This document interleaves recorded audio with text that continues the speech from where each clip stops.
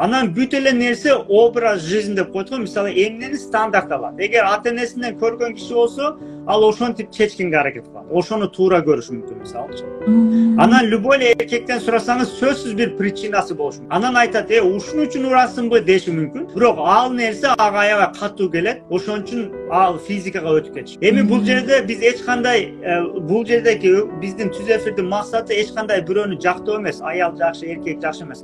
Эркек да жакшы, аял да жакшы. Деги эле эркек болбосо аял жашай албайт, аял болсо эркек жашай албайт. Бул жердеги суть неге уруш талаш болот, неге казанага калышат, же кантип bundan арылабыз. Туурабы? Ошого аял кишилерге айтмакмын. Аял киши бирөөгө мындай назиктигини канчалык көрсөтсө, мисалы, ал эркек аны урганга бара албайт да, по идее, жөнөкөй эркек болсо. Ошого ошол жагын.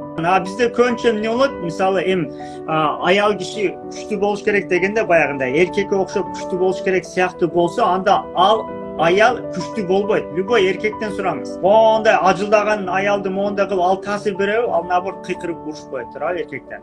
Эгер кечиресиздер мындай деп мынтип аябай назик сүйлөсө, наркы эркектерге влияние кылат, таасир. Ошого бардык аялдарга айтмакмын, даже биздин мондай эркекке окшогон аялдарда бир целге жетиш үчүн анын күчү назиктигинде болот. Ошол жагын жакшы колдонуш керек.